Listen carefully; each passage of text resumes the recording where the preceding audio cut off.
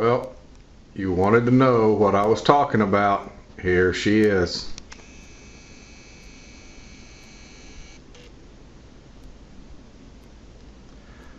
Guys, check this little sucker out.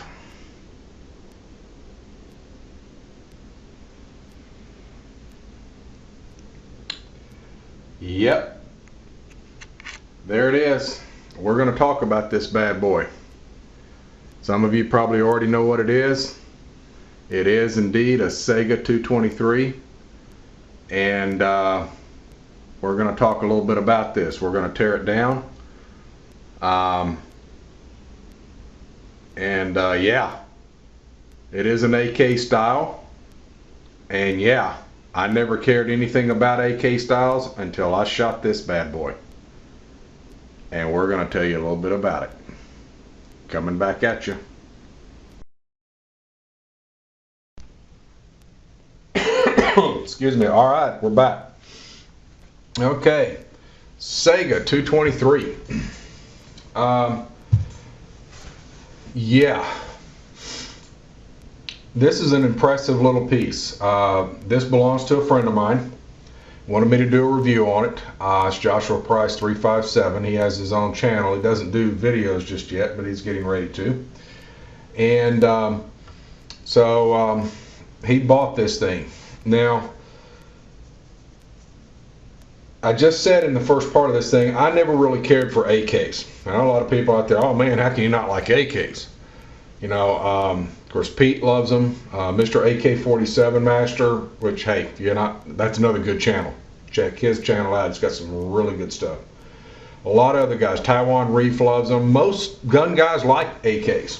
I never cared for them, and I'll tell you why. I guess it has to do with a little bit of prejudice. I was in the Marines. I'm a former Marine. But I enlisted in 1983. I got out in 1991. I've been out for 20 years. When I was in the Marines, guys, we were still in the Cold War. All right. I just got back from fighting the first Gulf War, and actually was extended a little bit of time because of it. And every time I saw an AK, with that big banana clip kicking out on it, I thought, you know, communist soldier, terrorist. I just didn't like them. The fact that it's a good weapon or not made no difference to me. I just didn't like them because that's what I associated it with. So, I mean, I guess I've grown up a little bit over the years, but good Lord, when you turn 47, if you haven't grown up, something the hell's wrong with you. So, I have changed my opinion about them, both by watching those guys and really when I fired this. Now, it's not an AK-47, no, but it is a true AK design. As I mentioned before, it is a Saiga 223, and Josh wanted an AK designed weapon, but he wanted it in 223 because it's cheaper to fire. And he found this. We found this at a store. Now this gun right here, as it sits, without the scope and the scope mount, probably around $200 a couple months back. $200, $225 generally. It's a $200 gun. This scope and this mount and everything's probably a little over $100. It's a mil-dot scope. It's a nice scope, clear optics. I think it's an FN, but it's probably all over $100. So, you know, the rig as it sits brand new was probably, you know, a little over $300, $350 brand new. He got this for less than $300, tax and all. And it was a heck of a deal. It's in impeccable shape. It's got some wear marks on it, a little bit on the bolt carrier group. The stock is in good shape, which he doesn't care for the stock. I think he's going to change it out. The furniture here, this is all polymer or plastic of some sort. He doesn't care too much for it. It does only come with the 120 or the 110 round mag. He does want to get some more magazines for it naturally, but the rifle itself is in incredible shape. We'll tear it down here in just a few moments. The differences between this and an AK-47 that I can tell you right off the bat just by appearances, the trigger group sits back a little bit further than on a standard AK. Now, and also a standard AK has a pistol grip. which you can put one of those on here. I have seen another video where a gentleman did that.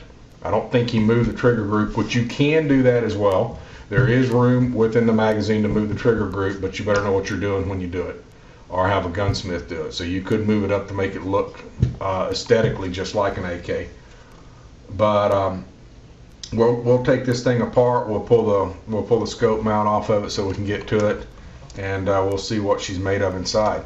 One thing that I do not know why this does this, and maybe somebody out there can explain this to me.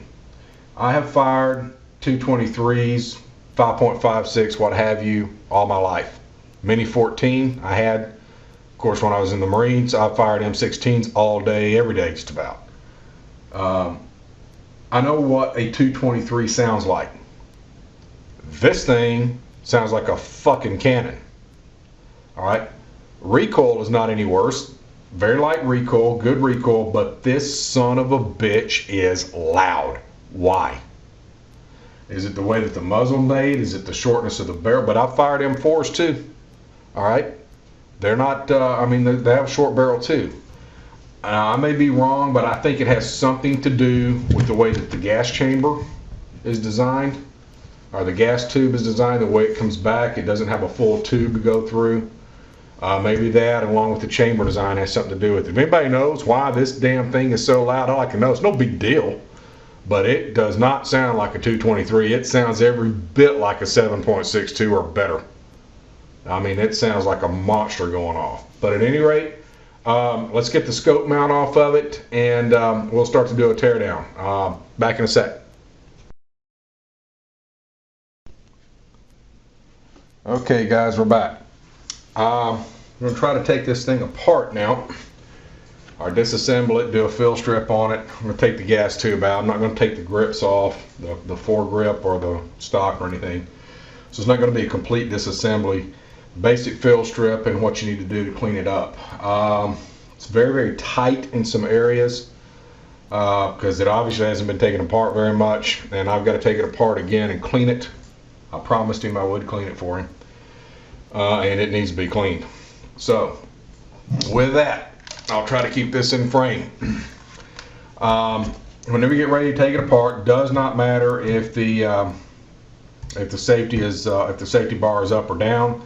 Bolt does need to be forward, and I make sure that the weapon is cocked. It will come in handy shortly. Okay. First thing we're going to do, all you AK guys are going to be, this is going to be boring to you guys because y'all seen it 100 times. First thing you got to do is take off the dust cover.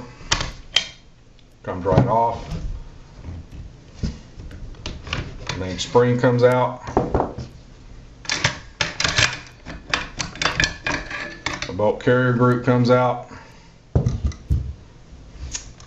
And then from here, the bolt slides, turn it all upside down and pull the bolt out. And I'm not going to disassemble the bolt itself. But that's all there is to it. That's a basic fill strip of this firearm. Okay, right there. Then when you get ready to take the gas tube off of it, now this is extremely tight and I cannot lift that up. So, a little rubber mallet. Okay, and you're going to want to turn it or hit it until there's a little half moon or half circle part in there, and you're going to want that thing literally straight up so you can pull the gas tube out. And the gas tube's kind of a pain in the ass to come out. It don't want to come out on its own, so we're going to do the same thing with it. Give it a tap, it'll slide forward, pop right out, and there's your gas tube. Very, very simple. Very simple. And from here you can do a pretty detailed clean on the firearm itself. If the hammer is forward, it's just a lot easier to take the bolt carrier group out with the hammer cocked back in the cocked back position. And so that's what I've done. So that's a basic strip of it. From here you can pretty much clean it however you needed to do so. You can take the foregrips off. I don't think that's necessary for general cleaning, but of course if you're going to change the furniture out, you can. You would start by removing the sling pivot. So that's that. So putting it back together, pretty much the reverse of that. I'm going to start with the gas tube itself, slide it into position. Alright, and then you'll have to push down on it until it clicks. If you don't hear that click, you'll never get this thing back down because it has a little divot. Let me show you that. Little part right here.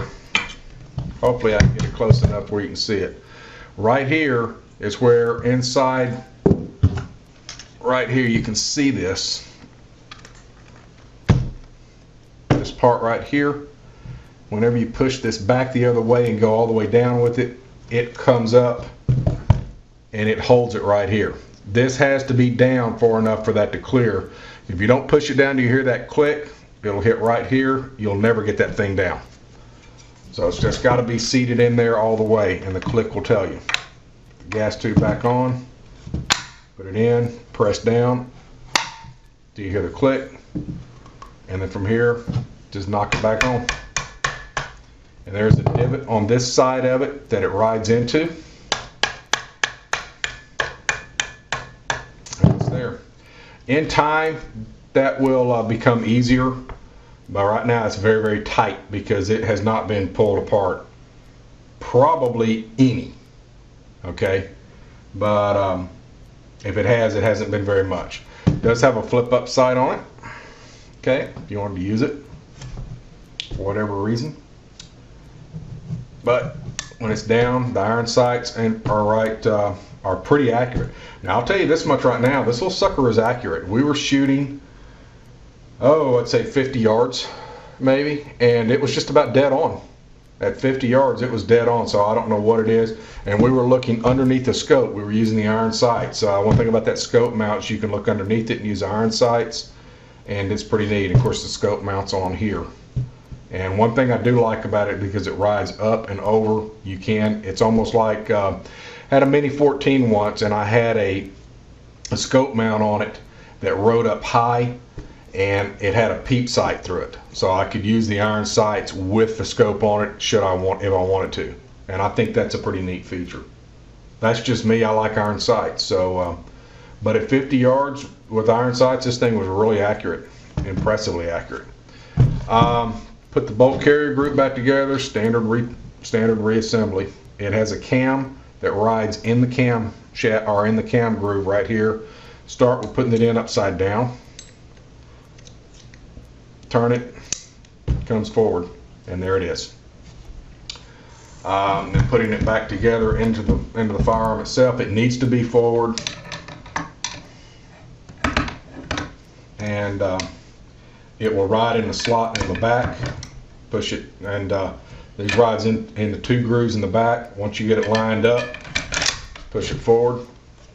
That's all there is to it. The main spring, which I'm not taking apart, but it goes right back in the same way it came out. Rides there. And then here comes the dust cover. This throws a lot of people off, but this dust cover right here on the end fits up underneath this groove.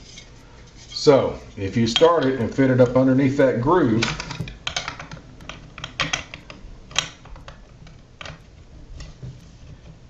it'll go back together a lot easier. And it's going to make me look like an asshole.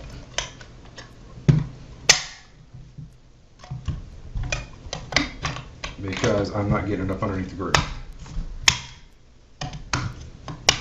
There it is.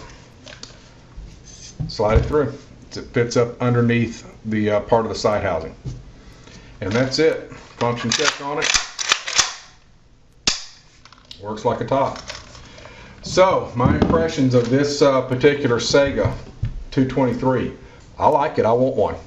I would really like to have one of these. Maybe not necessarily the 223. I think I would really rather go with the 7.62 in it. I'm gonna have to shoot 1 or 2. But I'm really impressed with this piece. It feels very solid. It's very tight as far as the way that it, whenever it shoots, the action is smooth. And like I said, it is extremely accurate. Now I've read some things about it, looked at some other reviews on it, and there's a lot of people say because the barrel's not real thick that it can tend to bend after a lot of rounds, or maybe warp with heat or something. So it says that it's not very accurate. We put, like I said, probably when we took it out, the one time I took it out and shot it, we probably shot 50, 60 rounds through it in pretty quick order. I mean, the barrel got hot to touch. I mean, it didn't affect the accuracy of it. We were shooting at 50 yards and it was literally dead on anything we hit. So I like it. Standard light recoil, just like any other 223. Extremely fucking loud, which was a surprise, but very, very, very nice. Pleasure to shoot. Very, very pleasure to shoot. I was really, really impressed with how this thing fired. So anyway, if anybody's got any experience with this, let us know. Let me know what you think about the vid. I know it's just a basic run of it, not anything super special.